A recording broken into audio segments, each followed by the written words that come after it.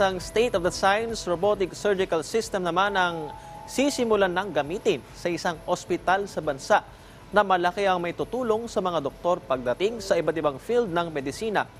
Ang iba pang detalye, panoorin natin dito. Sa pag-usad ng modernong panahon, kasabay nito ang paglabas ng mga makabagong teknolohiya na makakatulong sa trabaho ng iba't ibang industriya. Isa na dito ang paglunsad ng isang robotic surgical system na ginanap sa isang ospital sa Makati. Ang teknolohiyang ito ay nagbibigay suporta para sa kakayahan ng isang surgeon. Basically, anything inside the abdomen can be done robotically, no? From upper GI to gynecology, to urology, to colorectal, hepatobiliary, name it, it can be done with this technology. Saad pa niya, mas lamang rin ang paggamit ng robotic surgical system kumpara sa open surgery.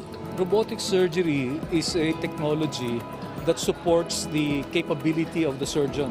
Tinutulungan yung siruhano na magkaroon ng ability with minimally invasive surgery but as if nasa loob ka ng pasyente. Kasi yung operasyon, it's not something new. It's what we've been doing except that with the aid of this equipment, dumadali yung procedure. So hindi naman ibig sabihin nagbago yung procedure o yung machine ang gumagawa eh. Kami pa rin ang gumagawa, kami nasa likod ng machine eh. So it's just the machine is doing whatever we're doing. The definitive things that will be advantageous for the patient will be, one, less trauma kasi maliit lang ang butas. Number two, usually less blood loss or walang blood loss. Hospital stay shorter and then patients are able to recover faster.